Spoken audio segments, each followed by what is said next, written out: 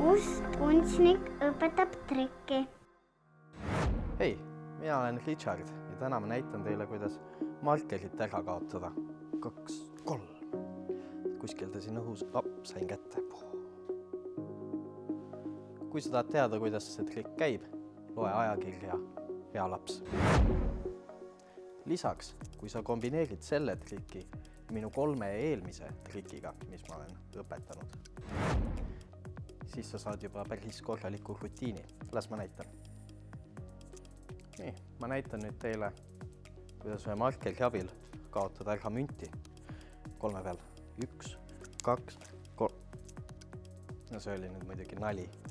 Tegelikult kadumine toimub nüüd 1, 2, 3. Aga muidugi lihtsalt kuskile see ära ei haihtu, see läheb kuhugi. See läheb tegelikult siia markeri korgi sisse. Muidugi seda markerit ei ole üldsegi vaja selle triki jaoks või mündi ära kaotamiseks. Kõik, mis sul vaja on, tugevad näpud, et münt lihtsalt käes ära pakkida. Ja tegelikult sa võid selle markeri ka niimoodi ära kaotada 3 peal. 1, 2, 3. Kuubidega.